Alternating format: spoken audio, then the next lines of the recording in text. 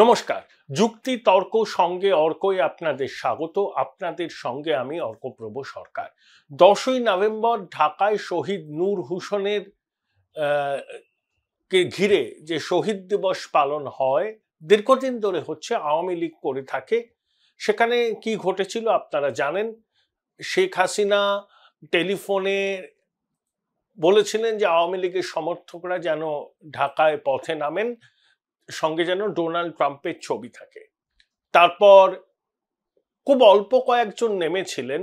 আসলে আমার এটা মনে হয় শেখ হাসিনা দেখতে চাইছিলেন যে তিনি কল দেওয়ার পর বাংলাদেশের অন্তর্বর্তী সরকারের রিয়াকশনটা কি হয়। আমি বলবো শেখ হাসিনা সেই কাজে 100% সফল। তার এই আহ্বানের পরেই অন্তর্বর্তী সরকারের প্রশাসনের মধ্যে যে থরহরিকম্প দশা দেখা দিয়েছিল, সেটাই প্রমাণ করে যে এখনো শেখ হাসিনাকে কতটা ভয় পায় বাংলাদেশের অন্তর্বর্তী সরকার। দেখুন, আওয়ামী লীগের না 36% সলিড ভোট আছে। বাংলাদেশের বিভিন্ন মাধ্যমে, বিশেষ করে সমাজ মাধ্যমে আমি দেখছিলাম বেশ কয়েকটা ওপিনিয়ন পোল হয়েছে। তাতে অনেকেই বলছেন যে আওয়ামী লীগ সংখ্যাগরিষ্ঠ ভোট পাবে। যদিও সমাজ মাধ্যমে এই ধরনের ওপিনিয়ন পোল বাস্তবে রুক্ষ মাটিতে কতটা ফলপ্রসূ হবে তা নিয়ে আমার সন্দেহ আছে। কিন্তু একটা জিনিস স্পষ্ট, যে আওয়ামী লীগকে এখনো কিন্তু মুছে দেওয়া যায়নি বাংলাদেশের মাটি থেকে। সম্ভবত সেটা সম্ভব নয়, কারণ আওয়ামী লীগের সঙ্গে বাংলাদেশের মুক্তিযুদ্ধ এবং বাংলাদেশের রাজনীতির ইতিহাস অঙ্গাঙ্গিভাবে জড়িত। এখন অনেকে বলছেন, আমি শুনছি কথাটা, শেখ হাসিনা ফ্যাসিস্ট। আমার মনে হয় যারা ফ্যাসিস্ট বলে শেখ হাসিনাকে অবহিত করছেন, তারা ফ্যাসিস্ট শব্দের আবিধানিক অর্থ কি জানেন?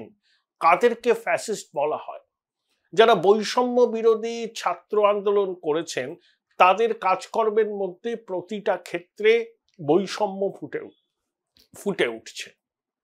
দেখুন, মাহফুজ আলম ও উপদেষ্টা হিসাবে শপথ নিয়েছে, সংবিধান পাঠ করেছে, রাষ্ট্রপতির তাদেরকে এই উপদেষ্টা হিসাবে শপথ নিয়েছেন।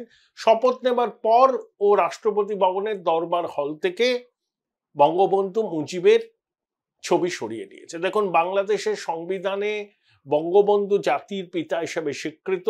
কোথায় কোথায় বঙ্গবন্ধুর ছবি থাকবে সেটা স্পষ্টভাবে বাংলাদেশের সংবিধানে বলা হচ্ছে। তাহলে সংবিধানটাকে সাসপেন্ড করতে হবে, বাতিল করতে হবে, নতুন সংবিধান রচনা করতে হবে। তারপরেই আপনি বঙ্গবন্ধুর ছবি যেখানে যেখানে টাঙানোর কথা সংবিধানে বলা হয়েছে সেখান থেকে ছবি সরাতে পারেন। এটা কিন্তু সম্পূর্ণ সংবিধান বিরোধী কাজ। মাহফুজ আলম সহ অন্যান্য উপদেষ্টারা সংবিধান হাতে নিয়ে শপথ নিয়ে সংবিধানের কথাই মানছেন না। এর থেকে কি প্রমাণ হয়? যে এরা নিতান্তই নাদান, নাবালক। রাষ্ট্র পরিচালনার যে প্রাথমিক শর্ত, যে দায়িত্ব থাকা উচিত, এগুলো কোনোটাই এদের নেই। তারপরে আসিফ নজরুল বলেছেন যে ইন্টারপোলের সহযোগিতা চাইবেন শেখ হাসিনাকে ফিরিয়ে আনার জন্য। এগুলো হচ্ছে বাংলাদেশের ডোমেস্টিক অডিয়েন্সকে খ্যাপানোর কৌশল ছাড়া আর কিছুই নয়। যদিও অন্তর্বর্তী সরকারের মুখ্য উপদেষ্টা মোহাম্মদ ইউনুস ফিনান্সিয়াল টাইমসকে দেয়া এক সাক্ষাৎকারে বলেছেন যে এই মুহূর্তে শেখ হাসিনাকে বাংলাদেশে ফিরিয়ে আনার কোনো পরিকল্পনা তাদের নেই। বিচার হতে পারে, কেউ বিচারের সময় দেশে না থাকলেও বিচার হতে পারে, তারপর যে রায় হবে তারপর তারা চেষ্টা করবেন শেখ হাসিনাকে বাংলাদেশে ফিরিয়ে এনে বাংলাদেশের আইন অনুযায়ী তার বিচার করা। কিন্তু আসিফ নজরুল আগ বাড়িয়ে বলে দিচ্ছেন যে তারা ইন্টারপোলের দ্বারস্থ হচ্ছেন। উনিও জানেন যে ইন্টারপোলের দ্বারস্থ কিছু হবে না। শেখ হাসিনা ভারতে আছেন, ভারত সরকারের অনুমতি ছাড়া ইন্টারপোল এক ফোঁটা এগোতে পারবেন না। দীর্ঘ আইনি প্রক্রিয়া, দীর্ঘসূত্রিতা হয়। কিন্তু ডোমেস্টিক অডিয়েন্সকে লক্ষ্য করে বাংলাদেশের মানুষকে খ্যাপানোর জন্য পরিকল্পিতভাবে আসিফ নজরুল এই কথাগুলো বলছেন। কিন্তু 10ই নভেম্বর বাংলাদেশের রাজপথে ট্রাম্পের ছবি নিয়ে যারা পথে নেমেছিলেন তাদের পুলিশ এবং সেনাবাহিনী নিগ্রহ করেছিল, মহিলারা নিগৃহীত হয়েছিলেন। দেখুন, ট্রাম্পের সমর্থকরা তো পথে নামতেই পারেন, তারা আওয়ামী লীগের সমর্থক হতে পারেন, সাধারণ বাংলাদেশের মানুষ হতে পারেন, তারা ট্রাম্পকে পছন্দ করেন, ট্রাম্প ঐতিহাসিক নির্বাচনে জিতেছেন, সেই জন্য ট্রাম্পের সমর্থনে তারা রাস্তায় নেমেছেন, সেই জন্য তাদের উপর বলপ্রয়োগ করা হবে এটা কিন্তু মানা যায় না। ডোনাল্ড ট্রাম্প কিন্তু রিঅ্যাক্ট করেছেন, তিনি এক্স হ্যান্ডেলে পোস্ট করে বলেছেন যে শেখ হাসিনা চলে যাওয়ার পর বাংলাদেশের একই অবস্থা, যারা ট্রাম্পের ছবি নিয়ে পথে নেমেছে তাদের সেনা ও পুলিশ কি করেছে আপনারা জানেন, বাংলাদেশ কোন পথে চলছে। এটা আমি মানে ভাওয়াটিম অনুবাদ করলাম না, কিন্তু ট্রাম্প এক্স হ্যান্ডেল যে পোস্টটা করেছেন তার আক্ষরিক অনুবাদ এটাই হয়, অর্থাৎ শেখ হাসিনার অবর্তমানে বাংলাদেশের কি অবস্থা, বাংলাদেশ কোন পথে চলেছে। অর্থাৎ শেখ হাসিনার অবর্তমানে ভারত বলেছে বাংলাদেশের সাবেক প্রধানমন্ত্রী, ট্রাম্প বলেছেন শেখ হাসিনার অবর্তমানে, সাবেক শব্দটা ব্যবহার করেননি বা ভূতপূর্ব প্রধানমন্ত্রী বলেননি। অর্থাৎ শেখ হাসিনা বাধ্য হয়েছেন বাংলাদেশের মাটি থেকে চলে যেতে, অন্য জায়গায় আশ্রয় নিতে, কিন্তু তিনি এখনো প্রধানমন্ত্রী আছেন। শেখ হাসিনা কিন্তু তার পদত্যাগপত্র রাষ্ট্রপতিকে দেননি, রাষ্ট্রপতি বলেছেন আমি তো শেখ হাসিনার কোনো পদত্যাগপত্র পাইনি। তাহলে শেখ হাসিনা এখনো বাংলাদেশের প্রধানমন্ত্রী হতে পারে, বাংলাদেশ গভর্নমেন্ট ইন এক্সাইল। কার্যত শেখ হাসিনার এই অবস্থানকেই ডোনাল্ড ট্রাম্প স্বীকৃতি দিয়েছেন, এতেই ইউনূস প্রশাসন নড়ে চড়ে বসেছে। অর্থাৎ ইউনূস যে ডেমোক্র্যাট ইকোসিস্টেমের একজন সক্রিয় সদস্য, এটা সবাই জানে, বাংলাদেশের মানুষ জানে, পশ্চিমী দুনিয়া জানে, ডোনাল্ড ট্রাম্প জানেন। ডোনাল্ড ট্রাম্প যখন 2016 সালে নির্বাচনে জিতেছিলেন তখন আওয়ামী লীগের একটা প্রতিনিধি দল তার সঙ্গে দেখা করেন, তখন নাকি ট্রাম্প বলেন সেই গ্রামীণ ব্যাংকের সেই ভদ্রলোক কোথায় যিনি আমাকে হারাবার জন্য হিলারি ক্লিন্টনকে প্রচুর টাকা অনুদান দিয়েছিলেন। আবার সেই সময় ইউনূস কি বলেছিলেন ট্রাম্পের জয়ের পর, যে সূর্যগ্রহণের মতো খারাপ অবস্থা। ট্রাম্পের জয়কে কার্যত তিনি নিন্দা করেছিলেন, সমর্থন তো দূরের কথা। ডোনাল্ড ট্রাম্প এগুলোকে মনে রাখেন, এবং নতুন ট্রাম্প প্রশাসন যখন দায়িত্ব নেবে আনুষ্ঠানিকভাবে 20 জানুয়ারির পর, যার প্রাথমিক যে আভাস পাওয়া যাচ্ছে তাতে ভারত বন্ধু লোকজনদের সংখ্যা বেশি, চীন বিরোধী, ভারত বন্ধু, র্যাডিক্যাল ইসলামের বিরোধী লোকজনের সংখ্যা বেশি। সেই প্রেক্ষিতে দেখতে হবে ট্রাম্পের এক্স হ্যান্ডেলের এই পোস্টকে। দিওয়ালির পরের দিন তিনি আবার একটি পোস্ট করেছিলেন, তাতে বাংলাদেশের ধর্মীয় সংখ্যালঘুদের নির্যাতনের ব্যাপারে উদ্বেগ প্রকাশ করে বলেছিলেন যে তিনি ক্ষমতায় থাকলে এই ধরনের ঘটনা ঘটতে দিতেন না। বাইডেন প্রশাসন হিন্দুদের স্বার্থ রক্ষায় যে কিছুই করে না সেটা অর্থহীন ভাষায় বলে দিয়েছিলেন। আবার হিন্দু হৃদয় সম্রাট নরেন্দ্র মোদীর সঙ্গে ট্রাম্পের ব্যক্তিগত সম্পর্ক অত্যন্ত ঘনিষ্ঠ। তাহলে এখন 2 × 2 4 করুন, ভারতের চোখ দিয়ে দক্ষিণ পূর্ব এশিয়ার রাজনীতিকে দেখবে ডোনাল্ড ট্রাম্প প্রশাসন, সেটা দিনের আলোর মতো স্পষ্ট।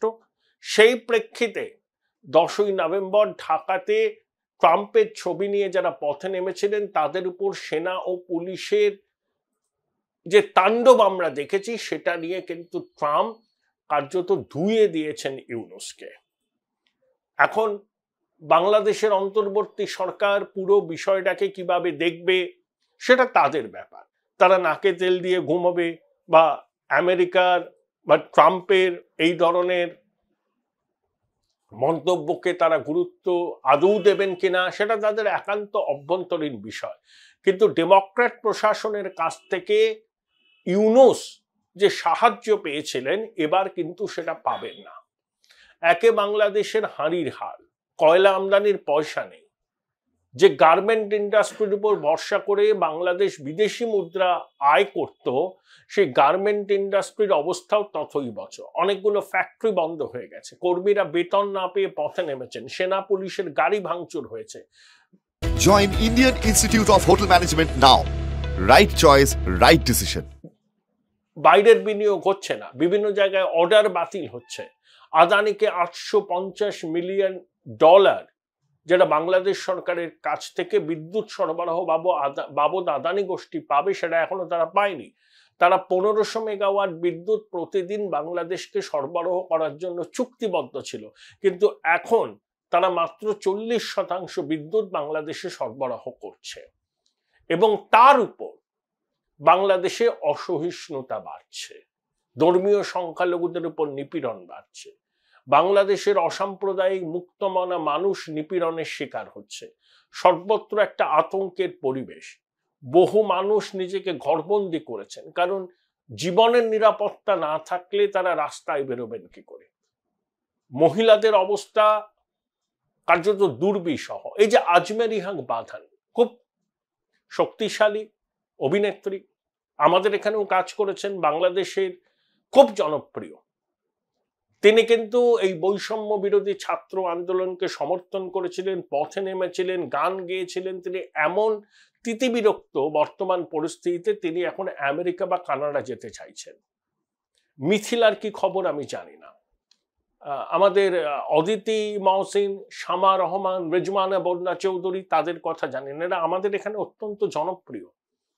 দেখুন, ভারত বাংলাদেশের মধ্যে কালচারাল এক্সচেঞ্জ হবে, বাংলাদেশের পাবলিশার্সরা কলকাতার আন্তর্জাতিক বইমেলায় আসবে, এগুলো আমরা অভ্যস্ত দেখে। সাংস্কৃতিক আদান প্রদানের এই ক্ষেত্রগুলোতে আমাদের স্বচ্ছন্দ যাতায়াত। কিন্তু বর্তমান পরিস্থিতিতে পুরো বিষয়টাই বিষ পাও জলে। শাহরিয়ার কবির কেমন আছেন জানি না, রানা দাশগুপ্ত কোথায় আছেন জানি না। কিছু লোক বাংলাদেশের মাটিতে স্লোগান দিচ্ছে, এক একটা হিন্দু দল ধৈরা ধৈরা জবাই কর, এবং বাংলাদেশের সেনা পুলিশ নীরব দর্শকের ভূমিকায় কার্যত যারা স্লোগান দিচ্ছেন, যারা এই ধরনের উস্কানিমূলক মন্তব্য করছেন, তাদেরকে নিরাপত্তা বিধান করছে সেনা এবং পুলিশের বাহিনী। এই হচ্ছে বাংলাদেশের সার্বিক ছবি। ধর্মীয় সংখ্যালঘুরা তো নিপীড়নের শিকার, অতীতেও তারা নিপীড়নের শিকার হয়েছেন, কিন্তু বর্তমানে যা পরিস্থিতি তা অতীতের সব রেকর্ডকে ম্লান করে দিয়েছেন।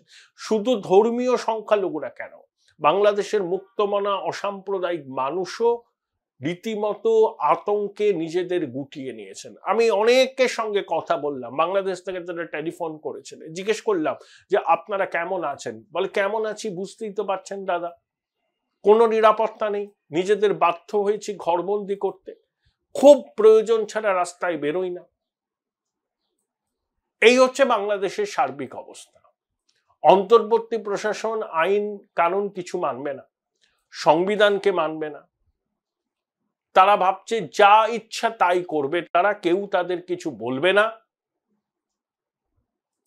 সম্পূর্ণ অবৈধ অগণতান্ত্রিক মুক্তিযুদ্ধে পরাজিত শক্তি এখন ক্ষমতায় এসছে। এরা বাংলাদেশে শরিয়া চালু করতে চায়। আফগানিস্তানে তালিবানরা যেরকম শাসন চালু করেছে, তারা এক্স্যাক্টলি বাংলাদেশে সেটাকে প্রবর্তন করতে চায়। তাতে মহিলাদের অধিকার বলে কিছু থাকবে না, মহিলারা ঘরবন্দি থাকবেন, রাস্তায় বেরোতে পারবেন না, কাজ করতে পারবেন না, পড়াশোনার সুযোগ সংকুচিত হবে, শিল্পকলায় তাদের অংশগ্রহণ কার্যত থাকবে না বললেই চলে। এই ধরনের একটা সমাজ তৈরি করতে চাইছে বাংলাদেশের অন্তর্বর্তী সরকার, কারণ এই সরকারের প্রাণভোমরা হচ্ছে হিজবুত তাহরির, তারপরে জামাতে ইসলামী এবং হেফাজতে ইসলাম। জামাত ৭১-এর গণহত্যায় অভিযুক্ত, তাদের বিচার কেন হবে না? তারা আওয়ামী লীগকে গণহত্যায় অভিযুক্ত বলছেন, কোন যুক্তিতে বলছেন? ৭১-এর মুক্তিযুদ্ধে যারা মুক্তিকামী বাঙালিদের খুন করেছিল পাক সেনার সঙ্গে হাতে হাত মিলিয়ে, তারা তো গণহত্যার সঙ্গে যুক্ত, তাদের বিচার হবে না? বাংলাদেশের মানুষ কি বলেন? আমি তাদের উদ্দেশ্যে প্রশ্নটা রাখলাম। লক্ষ লক্ষ মানুষ মারা গিয়েছিলেন বাংলাদেশের মুক্তিযুদ্ধে, হিন্দু মুসলমান নির্বিশেষে। তাদের গণহত্যার সঙ্গে যুক্ত ছিল জামাত। তাহলে গণহত্যার বিচার চাইতে গেলে জামাতের বিচার সবার আগে চাইতে হবে। দেখুন, এই অন্তর্বর্তী সরকার এ বিষয়ে রাগ পাচ্ছে না। তারপর তাদের উপদেষ্টা নিয়োগ নিয়ে নিজেদের মধ্যে খেই শুরু হয়েছে। মোস্তফা ফারুকি, যিনি একজন চিত্র পরিচালক, সমকামী আন্দোলন, পরকীয়া বিষয়ে তার একটা বলিষ্ঠ মতবাদ আছে, তাকে কেন অন্তর্ভুক্ত করা হলো তা নিয়ে হেফাজত জামাত প্রতিবাদ করছে, রাস্তায় নেমেছে। তিনি আবার বাংলাদেশে প্রথম আলো লবির সঙ্গে সংযুক্ত। প্রথম আলো লবির সঙ্গে আসিফ নজরুল, মোস্তফা ফারুকি, তিশা আরো অনেকে আছেন। খুব শক্তিশালী এই প্রথম আলো লবি। আমার মনে হয় ইউনূস সাহেব নিজে যেহেতু নাস্তিক, সমকামী আন্দোলনকে সমর্থন করেছিলেন, সেজন্য মোস্তফা ফারুকির উপদেষ্টা হিসাবে দায়িত্বভার গ্রহণের পিছনে আমার মনে হয় যে মোহাম্মদ ইউনূসের প্রত্যক্ষ ভূমিকা আছে। আসিফ নজরুলের সঙ্গেও আমেরিকার ওই ডেমোক্র্যাট লবির একটা অংশের যোগাযোগ আছে। অর্থাৎ কে কত ডেমোক্র্যাটদের ঘনিষ্ঠ সেটা দেখানোর জন্য ইউনূস এবং আসিফ নজরুলের মধ্যে কার্যত মারামারি শুরু হয়ে গেছে। নইলে ইউনূস সাহেব, তিনি অন্তর্বর্তী সরকারের প্রধান, যখন ফিনান্সিয়াল টাইমসে সাক্ষাৎকার দিয়ে বললেন যে এই মুহূর্তে শেখ হাসিনাকে দেশে ফেরাতে তিনি চাইছেন না, এটা তাদের স্কিম অফ থিংসে নেই। আসিফ নজরুল বললেন আমরা ইন্টারপোলের সহযোগিতা চেয়েছি যাতে শেখ হাসিনাকে বাংলাদেশে প্রত্যর্পণ করা যায়। ভাবুন, এই হচ্ছে অবস্থা। তার মধ্যে 10ই নভেম্বরের ঘটনার পর ডোনাল্ড ট্রাম্প এক্স হ্যান্ডেলে পোস্ট করে ইউনূস প্রশাসনকে কার্যত ধুইয়ে দিয়েছেন। যারা বলছিলেন না আমেরিকার বিদেশ নীতিতে কোনো পরিবর্তন হয় না, ডোনাল্ড ট্রাম্প বাংলাদেশ কোথায় সেটাই কি জানেন? আমাদের এখানেও কয়েকজন বলার চেষ্টা করছিলেন, বাংলাদেশে তো বহু লোক বলছিলেন। তারা জেনে রাখুন যে ডোনাল্ড ট্রাম্প ইউনূস সরকারকে টিকতে দেবেন না বেশি দিন। কারণ তার মতে, ডোনাল্ড ট্রাম্পের বিশ্বাস অনুযায়ী এই সরকারের পিছনে রাডিক্যাল ইসলাম আছে এবং এনজিও কালচার আছে। আমেরিকার জনাদেশ হলো রাডিক্যাল ইসলামের বিরুদ্ধে, লেফট এনজিও কালচারের বিরুদ্ধে। সুতরাং ইউনূস প্রশাসনের কাছে খুব খারাপ সময় আসছে। সব দিক থেকে তারা অবরুদ্ধ হয়ে যাবে। ইতিমধ্যেই বাংলাদেশের সাধারণ মানুষের মোহভঙ্গ হয়েছে। তারা জবাবদিহি চাইছেন, কেন জিনিসপত্রের দাম এরকম? এর জবাব কিছু নেই। এখন সরকারের বিরুদ্ধে যাতে সমালোচনা না হয় সেই জন্য অধ্যাদেশ জারি করতে চাইছে, এবং এই সরকার কতদিন থাকবে সে সম্পর্কে অধ্যাদেশে স্পষ্ট করে কিছু বলা হবে না।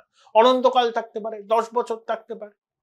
অর্থাৎ এই সরকারের আশু নির্বাচনের কোনো পরিকল্পনা নেই, যতই বা বিএনপি সেটা দাবি করুন না কেন। এবং আগামী দিনে বিএনপিও এই অন্তর্বর্তী সরকারের রোষের মুখে পড়বে।